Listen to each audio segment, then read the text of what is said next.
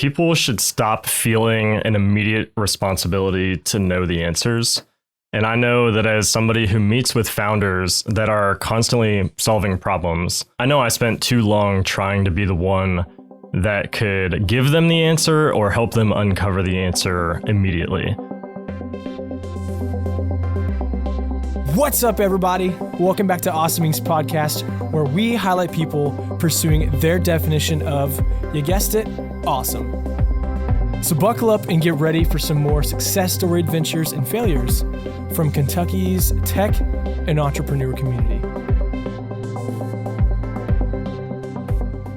I say this pretty often. If you're joining in episode number 2 of a little series, I ask that you stop, drop, and roll, hit the previous track, and listen to Keith and I talk a bit about the Awesome Fellowship Program and some of our founding roots and our why. I think that's the main thing. So I'm gonna give you 1 second to make that decision. Great, you made the right decision. Now we're back to episode 2. For a quick recap, like I just said, we talked a lot about the Awesome Fellowship, Keith McMunn and his role and the mantle he picked up as he started here and the direction our fellowship program is heading and how we're helping companies. So Keith, let's get into some more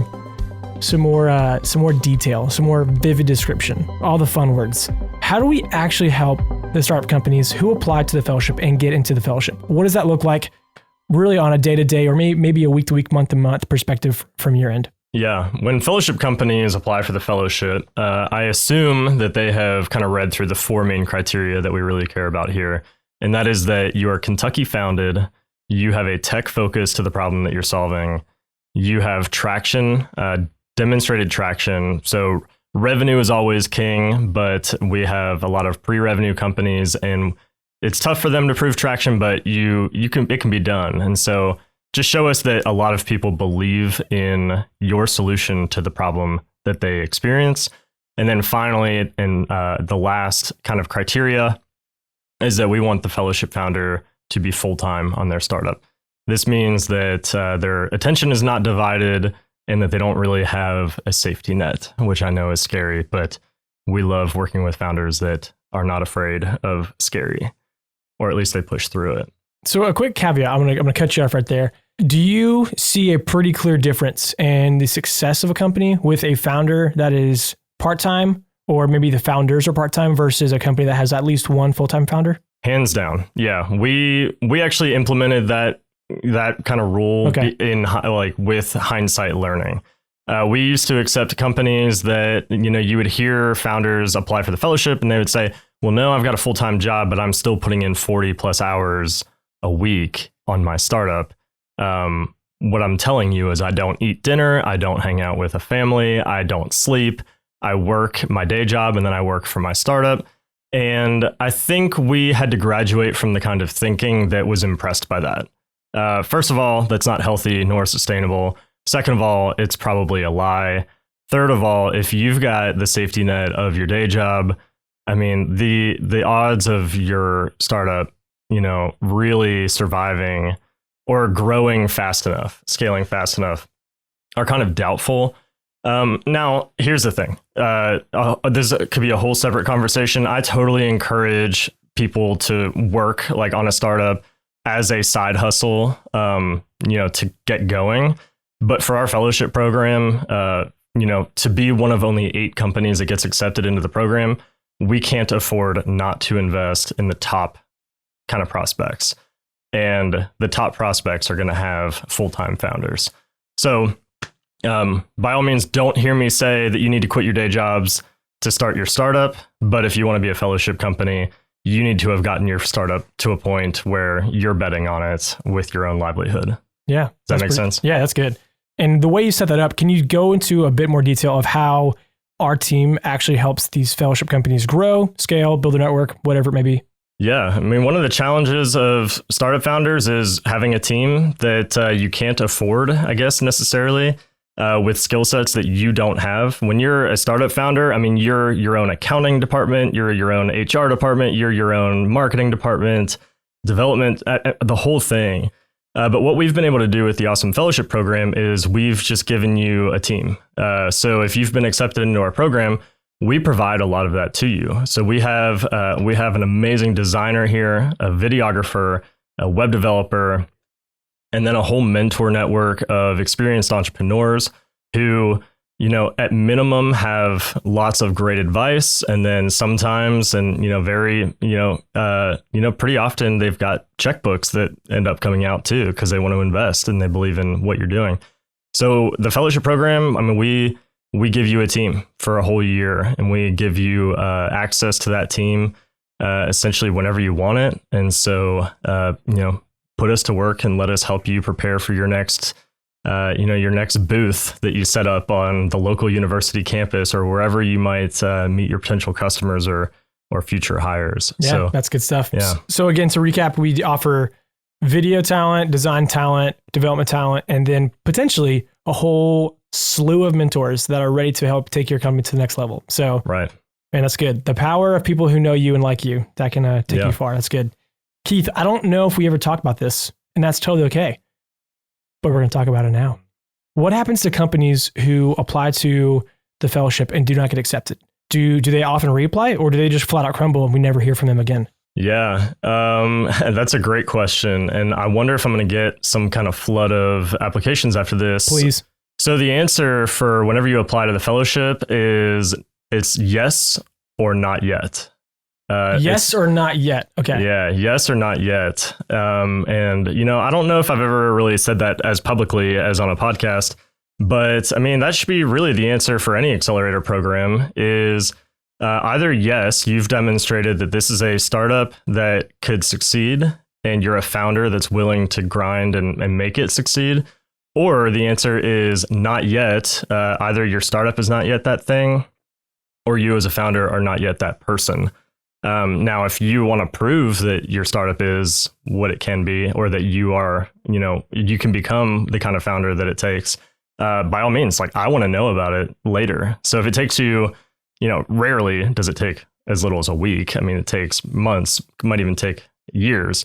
But yeah, we've had a few applicants that have applied and they had a long way to go. And then they would maybe reapproach us in a year, or we would kind of keep tabs on them and revisit them. But we've also had, some startups that were pretty dang close. And I know we talked about founders going full time. That has actually been that's probably the most common not yet reason is, well, quit your job and come back and let us know. Essentially, if you apply for the fellowship program and you tell me that you're going to quit your day job soon, you've just backed yourself up into the corner where I say, okay, talk to you as soon as it happens. Give me a call.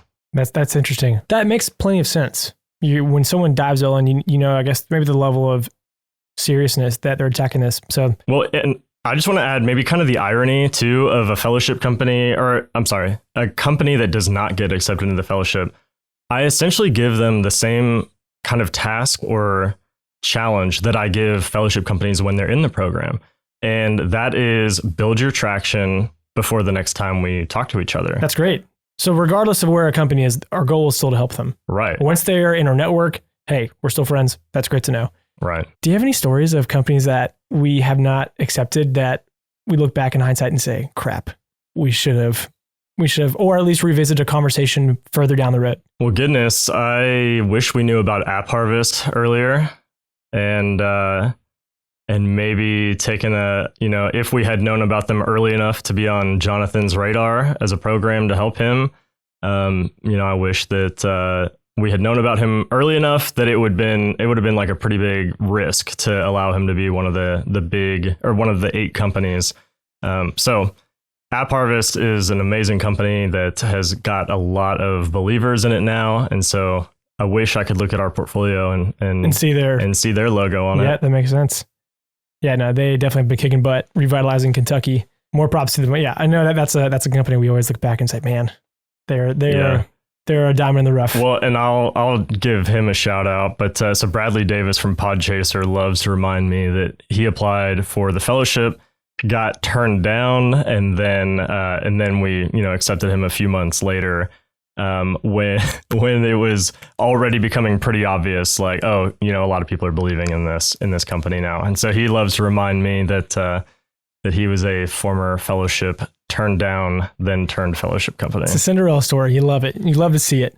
Keith, I want to ask this same question I believe I asked last episode, but what is one thing that you've learned while working with startup founders, while you are, again, having these monthly accountability meetings, connecting them with our team, helping grow their network? What's one thing you feel like you've learned that has changed the way you work and interact with people? That's a great question. Thanks. I think it's mainly that people should stop feeling an immediate responsibility to know the answers.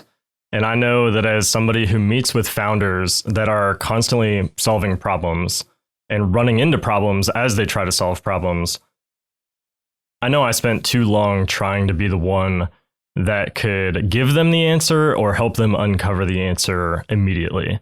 And that's just not realistic. Now, what I could and what I did start doing and what I can promise to do is spend time even after our talk or our conversation of, trying to uncover more information. But I think, we live in a culture of immediacy, including finding information. But not even the internet can necessarily tell you exactly the next step to make in your startup. You've got to feel it out. There's a lot of subjective components to it. So, maybe I've just slowed down my need or my desire to have the right answers. You also, without knowing, set me up really well for what I want to ask you next. How necessary is accountability? And I say this because won't people who are already eager to, I guess, make a really big impact, and they say they're going to, won't they follow through with their word? Yeah. Accountability is the biggest component of the fellowship program. And I would argue it should be the biggest component of everybody's life and personal life and relationships. It is, all accountability is a structured routine checking in, either with yourself or with, trusted people. The thing about checking in with yourself is it's so easy to be late to your own self check-in meetings or skip them altogether. So accountability is structured with people that you trust, or a fellowship, director like me. It's scheduled, it's done, it's coming up. Here's the big, the healthy pressure is that it's looming, and you want to be ready for that check-in, and you want to be able to deliver good news, or you just need the healthy opportunity to kind of talk through something, whether it's struggles or it's successes. So accountability is gigantic, and any founder or any human being who has any relationship at all, I would encourage you to literally pause this podcast and go to your calendar and create a recurring accountability meeting with somebody, whether it's to talk about, work, play, anything. Just make sure that you are getting what you need in life. But for specifically this podcast, make sure your company is getting what it needs, or what you as a founder or your employees are getting what they need. The structure of accountability is huge, and I can't probably understate it. Keith, I was literally going to ask you to follow up one last time before we head to the next little bit. What's something you could teach somebody that might be struggling with their company? And I think it's going to be accountability. So thanks for sharing that. I feel this is a great time to transition. So we'll go ahead and do that. All right, TTYL. Well, that's it, guys. Thank you so much for checking out this episode of Awesome Inc. Podcast. And another quick thank you to Lee Rosevere and a few members from our community who provide the music that you hear in this show. Lastly, give us a follow on Instagram, Facebook, all that jazz. Or even better, come on down to our space. Come be a part of our community and get plugged in, and let's start something awesome together. You guys rock. We'll see you next time.